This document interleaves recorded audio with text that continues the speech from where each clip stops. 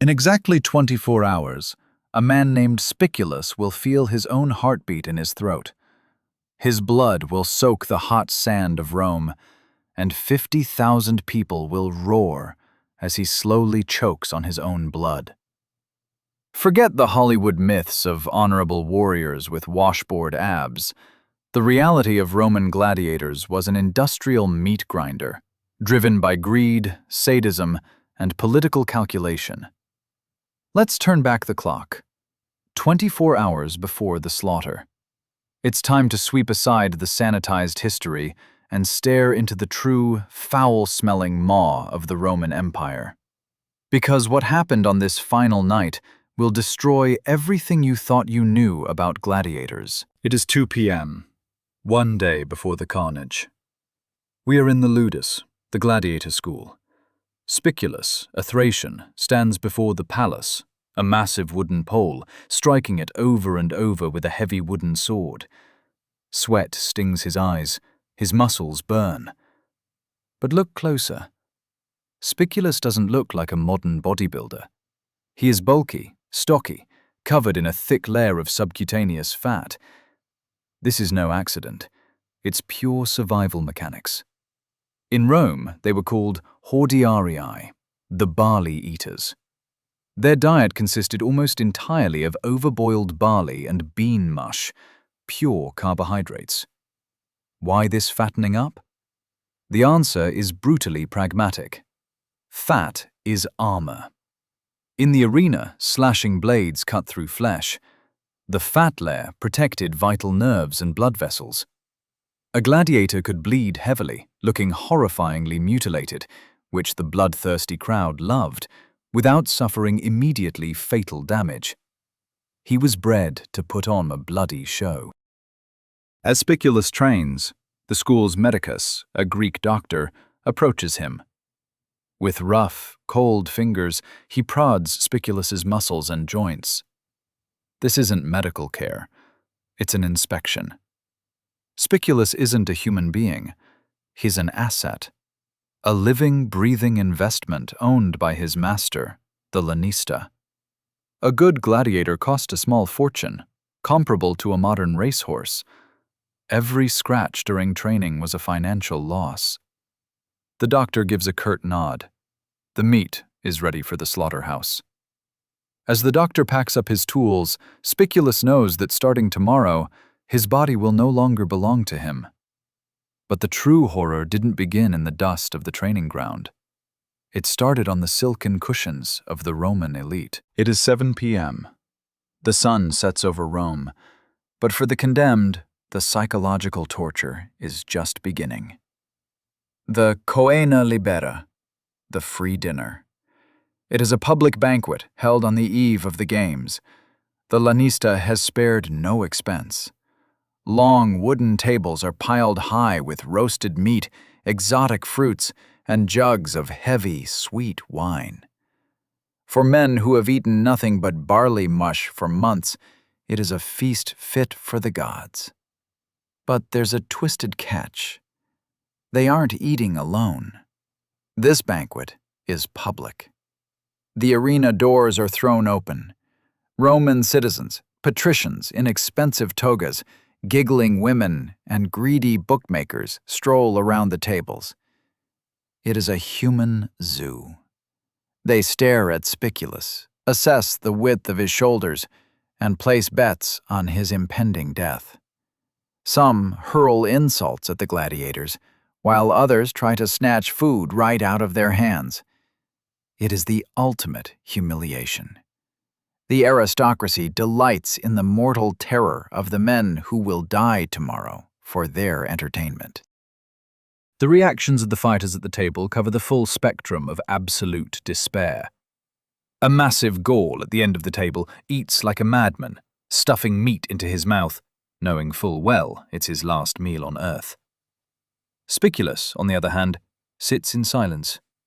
His stomach is a knotted stone. He can't swallow a single bite. The lust of the crowd, the smell of perfume mixed with the sweat of the damned, it suffocates him. Yet, while the patricians laughed and placed their bets, Something much darker, something deeply human, was happening in the shadows of the banquet table. It is 9 p.m. The banquet is over. The onlookers have returned to the warmth of their villas. The gladiators are left behind, abandoned to the crushing certainty of tomorrow. Spiculus takes a few bronze coins from a hiding spot in his tunic. He slides them over to an older gladiator, a veteran who doesn't have to fight tomorrow. It is not a gift. It is the fee for the collegia, the burial club. Spiculus is paying for his own funeral. He is buying the right not to be tossed into the Tiber River as an anonymous corpse. Beside him sits another fighter, a boy barely 20 years old, scratching final words into a wax tablet with trembling hands. A will for a family in Germania that will never receive this piece of wood. The gladiators lived in a bizarre brotherhood. They trained together, ate together, bled together. They were a community of outcasts bound by fate. But this pact of brotherhood had a sick, fatal flaw. Tomorrow, the lanista could give the order, and Spiculus might have to slit the throat of this exact same boy, who is now crying as he writes his will. And Spiculus will do it. He will have to, because hesitation means the whip, or death by hot iron. The psychological fracture, comforting your brother tonight only to butcher him tomorrow, destroyed the souls of these men long before swords ever pierced their bodies. But there was a dirty secret about surviving the arena that history books systematically hide from you. It is 11 p.m. Time for a reality check that shatters the Hollywood illusion. Do you think every gladiator fight ended in death? That the emperor gave a thumbs down and the blood sprayed? False. In a standard match, nearly 90% of the defeated survived. Why? Because gladiators were absurdly expensive. A dead gladiator meant the organizer had to reimburse the lanista for the full market value of the merchandise. A fortune. Mercy wasn't a moral choice. It was pure business economics. The lanistas hated it when their stars died. But for Spiculus, this rule does not apply tonight. Tomorrow's spectacle is no ordinary match. The emperor himself is hosting the games, and he has ordered sine missione, fights without mercy. No draws, no surrender. The fight only ends when one of the men bleeds out on the sand. Spiculus's opponent is a legendary secutor, an armored killing machine who has already hacked 14 men to pieces. Spiculus's chances of survival? Statistically, 0. The lanista has already written Spiculus off. In his mind, he has already spent the emperor's compensation money. Spiculus is a dead man walking. The knowledge of this sine missione verdict creeps through his veins like poison. There is no way out, no begging for mercy, no raised index finger that could save him. Tomorrow, he must kill a monster, or die. With this ice-cold death sentence echoing in his mind, night fell over the Colosseum, and with it came absolute madness. It is 3 a.m. We are beneath the Colosseum, a labyrinth of damp, suffocating stone tunnels and tiny cells. It is pitch black, broken only by the occasional flicker of a sooty torch. The air is stagnant. It smells of stale urine, wet stone, and the sheer panic of hundreds of men. Spiculus sits in the corner of his cell. He can't sleep. No one can sleep here. The silence is broken again and again by muffled sobs, frantic whispering, and the sound of men vomiting. In a niche of the cell stands a tiny, makeshift shrine. A roughly carved image of Nemesis, the goddess of revenge and inescapable fate. the patron saint of gladiators. Spiculus whispers prayers into the darkness. He doesn't pray for survival. He is too much of a realist for that. He prays for a quick death. He prays he won't be left lying in the sand as a crippled torso, unable to die, while the crowd mocks him.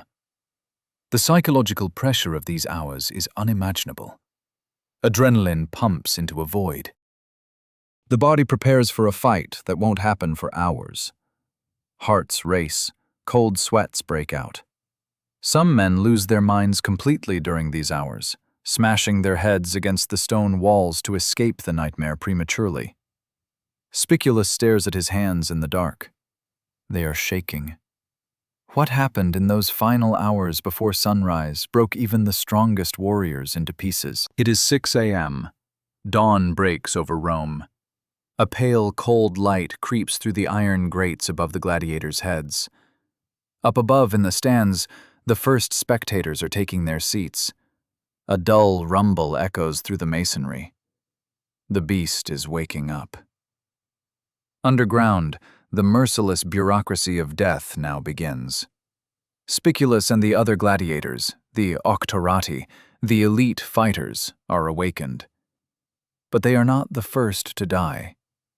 Guards drag howling, screaming men past Spiculus's cell. These are the Noxii, condemned criminals, murderers, runaway slaves. They wear no armor, often not even clothes. They are being herded upstairs for the venationes, the beast hunts, or the midday executions. Spiculus hears the crack of whips, the roaring of starving lions and bears in the adjacent cages. He knows. The first blood spilled today is cheap blood. The warm-up act. He has to listen for hours. He hears the muffled screams from above, the roars of the predators, and the thunderous laughter of the crowd as a lion tears out a defenseless thief's abdomen. Every scream up there is a countdown to his own end. The air down in the catacombs grows thicker, filled with the fine red dust of the arena sifting down through the grates. While criminals were being torn to shreds above, a preparation bordering on mechanical torture began for Spiculus. It is 11 a.m. Preparations for the main spectacle begin.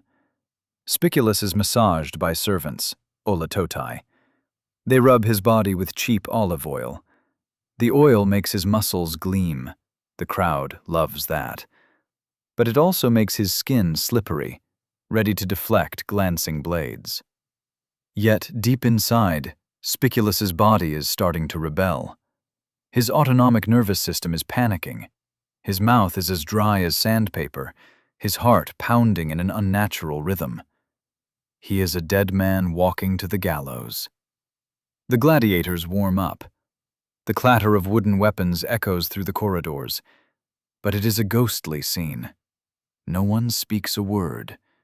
Their eyes are hollow, their faces ashen. They try to hide the trembling of their limbs, because in this environment, weakness is already a death sentence.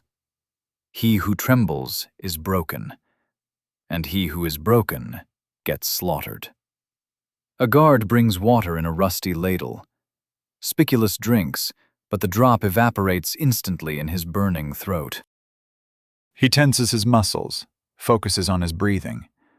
The survival instincts, beaten into him for years at the Ludus, slowly take control. The human soul retreats, giving way to a cold reptilian emptiness. He must become a beast. But the worst was yet to come. He had to climb into his own bronze coffin. It is 12:30 p.m. The armor. Spiculus is a Thracian. That means heavy greaves, ochrii, a small shield, parmula, and the dreaded sika, a curved sword designed to hook behind shields and slice throats. 2 slaves strap his armor on. Heavy, unforgiving metal is cinched over leather padding onto his limbs. It is a loud, clanking process. The weight immediately drags him down. Then comes the helmet, the masterpiece of isolation. The Thracian helmet weighs nearly 5 kilos. It has a massive crest, often decorated with the head of a griffin. As the slaves shove the helmet over his head, the world goes dark. His field of vision is reduced to tiny holes in the thick bronze visor. Peripheral vision is gone. Spiculus can only stare straight ahead. Even worse are the acoustics. The outside world is muffled, but his own breathing becomes deafeningly loud, like a storm inside a cave. With every breath, he sucks in hot, stale air. Within seconds of putting it on, he begins to sweat. Under the Roman sun, this helmet becomes an oven. It is a claustrophobic death trap that strips the wearer of his individuality. Spiculus is no longer human. He is now simply the Thracian. Trapped in this suffocating armor, he is led toward the final maw of the arena. It is 12:50 p.m. The tunnel. Spiculus stands before the massive iron gate separating him from the arena. Beside him stands his opponent, the Secutor, a mountain of meat hidden behind a smooth, enclosed helmet that makes him look like a fish-like demon. They do not look at each other. They are only feet apart, but in their minds, universes separate them. From above, the roar of 50,000 people pierces the ceiling. It is no longer just noise. It is a physical force that makes the ground vibrate. The stench here by the gate is bestial. It smells of copper, blood, fresh blood, coagulated blood, the excrement of humans and animals. Sand falls from the ceiling onto Spiculus's bronze shoulders. The heat, radiating from the sun-drenched arena into the cool tunnel, shimmers like a mirage. Spiculus grips the hilt of his sika so tightly his knuckles turn white beneath the leather strap. He knows what is about to happen. The gate will rise, and the light will blind him. He will feel the sand beneath his caligae, sand that was specially scattered to soak up the massive amounts of blood so no one slips on it. This is his world. His entire miserable existence is condensed into the next 3 minutes. But one man in the tunnel wasn't waiting for the fight. He was waiting patiently for the corpses. It is 12:55 p.m. A figure steps out of the shadows of the tunnel. He wears a grotesque mask, the face of Charon, the ancient ferryman of the underworld, or Dis Pater, the god of the dead. In his hand, he holds a heavy iron rod, its tip heated, glowing red-hot in a brazier. This man is the Lorarius, the enforcer. His job is one of repulsive brutality. When a gladiator falls in the sand, bleeding and defeated, and the death blow has been struck, this masked man will step out into the arena. He will plunge the red-hot iron rod deep into the flesh of the fallen. Not out of malice, but out of pure Roman pragmatism, to ensure the gladiator isn't faking his death. Anyone who flinches gets their skull smashed in. Spiculus stares at the glowing iron. That is the reality of his fate. If he falls today, the red-hot metal will be the last thing he feels before his corpse is dragged out of the arena on meat hooks. The man in the Charon mask gives the gladiators a cold nod. Above, the tubas and horns sound, a deafening signal. The iron bolt clangs. The gates of hell open. It is 1 p.m. The rusty machinery shrieks as the heavy iron grate is hauled upwards. A beam of blinding white sunlight slices through the darkness of the tunnel and strikes Spiculus's helmet. The noise swells into an apocalyptic hurricane, 50,000 throats screaming for blood. For his blood. Your heart hammers against your ribs. Sweat burns in your eyes, and you gasp for air beneath the stifling bronze. The stench of death hits you like a wall. You grip your sword, take a deep breath, and step out of the darkness into the unforgiving light of Rome. You are Spiculus. You are meat. You are just a number in a rich man's ledger. He took the first step onto the burning sand. We don't know who was left bleeding in the sand that day. We don't know if the glowing iron touched Spiculus's skin or his opponent's. History has turned his name to dust. But the sand of the Colosseum, the crumbling stones, and the dark tunnels, they still remember the whispers of the damned. They remember the price of entertainment. That is the cold, bloody reality of Rome, and it has absolutely nothing to do with heroism.